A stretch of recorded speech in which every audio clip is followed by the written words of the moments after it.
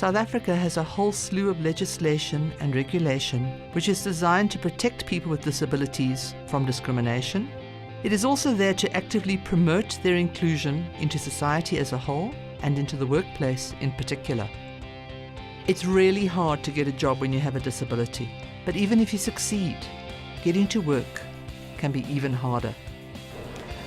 And then after 3 days, I was told that they regret to tell me that I'm not successful based on my condition, that they are not compliant as yet. So I was very hurt for hearing such words. The first few jobs were tough. My first job, even after being a graduate at university, was data capturing. When I go to work, I use public transport. When I finished high school, when I had to go to varsity, it was a bit difficult to move around because I had to make use of public transport, and it was a bit of a nightmare because sometimes drivers wouldn't stop for you. I use a public transport. When I went to enter the transport, I told to the taxi driver before I enter the taxi, I read and in order to understand what the taxi where it was, which direction. So I do get to work and back every day in my own car, and that's really great. The only time I've used public transport was when I've used the car train. I've used it twice from Sandton to go from Sandton to the airport. And it is a challenge. It really is a challenge when you don't have your own transport. You're constantly thinking of the next step. Okay, so if you've got out of the airport, how do you get off the pavement? How do you get to the taxi? How do you get to the bus after that? Every step in that process becomes a challenge. I'm fortunate that I don't have to use public transport. Getting in the motor cars was an issue because I had to get a car that was the right height for me to be able to pick my prosthetic up to put it in. And once you get to work, what then? If other situations, if parking is full and it's a far way to walk, that kind of bugs me a bit, but it's not really a big hinder to me. I struggle with stairs, but then I think that's about it. The problem that I would have is at some buildings, you find that the lift is too narrow and too small, and I can't really swing around to face the door. So if I have to get out of the lift, I have to reverse backwards, which is a safety hazard, and I'm really not comfortable with doing that. In my working environment, everything is accessible outside. I'm a bit uncomfortable with pushing my chair on a carpet, because then it's a bit difficult. Some carpets differ and it's softer and it requires like a lot of strength from me. A disability can happen to anyone at any time. I had cancer when I was 11 years old, an osteosarcoma, which is a bone cancer. And after several treatments of chemotherapy, the cancer wasn't reducing, so I had to have my left leg amputated through the hip. My disability is post-polio.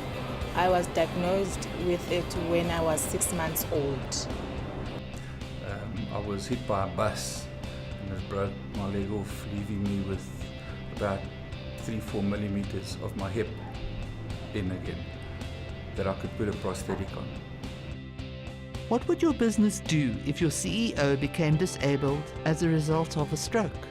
What if your messenger had an accident and could no longer drive? What if your perfect candidate that you've been looking for months for a key position and was perfect in every way except she uses a wheelchair, or he's going blind? Is your business ready to integrate people with disabilities? I use special equipment such as computer with assistive devices such as Zoom Text. I also use a Merlin magnifier, which is a desktop magnifier. You put it on your desk with a 19-inch screen. I also have a Pebble magnifier, which is a hand magnifier. You can go around with it and you use it for reading hard copies. The equipments were bought by my company, Total South Africa. I won't be able to perform any job without these equipments because, I mean, if I cannot see a normal size screen and a normal print on the hard copy.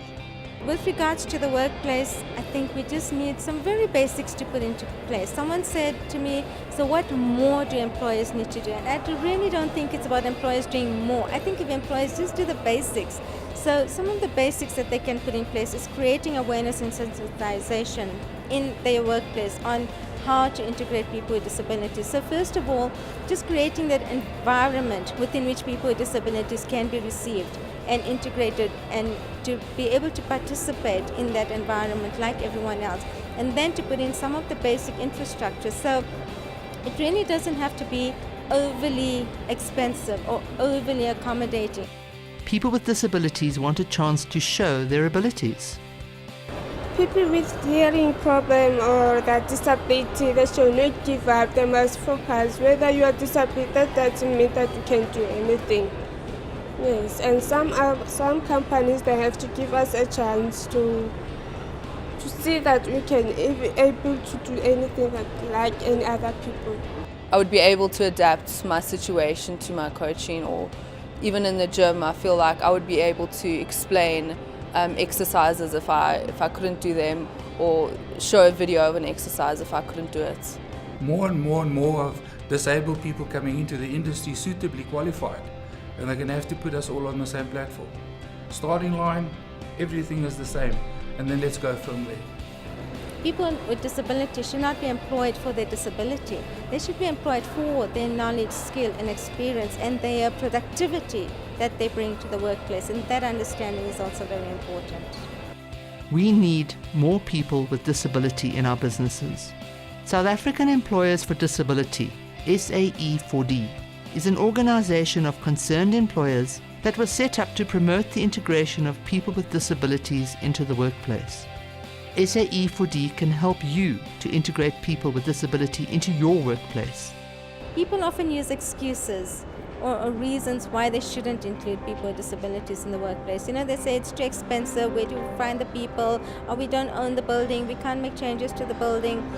And I really would like to appeal to people to stop using those excuses and just, if they do the basics, if they start putting measures in place, then we don't have to keep using those excuses. Come join SAE4D and let's work together to integrate more people with disability into our workplaces.